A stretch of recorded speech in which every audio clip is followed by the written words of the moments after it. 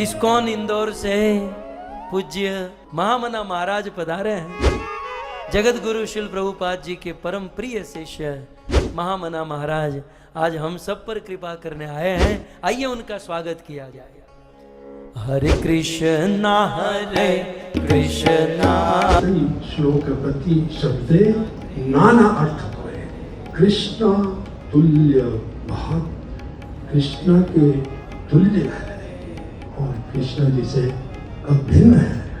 जैसे हम ठाकुर जी श्री विग्रहा की पूजा आराधना करते हैं, वही ब्लेसिंग्स, वही आराधनीय, ये श्रीमद् भागवतम उतने ही आराधनीय हैं जितने ठाकुर जी उनके अर्च विग्रह रूप में। परम पूज्य महामना महाराज की जय। हरे कृष्णा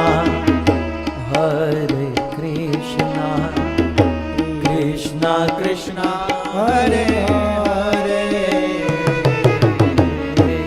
हरे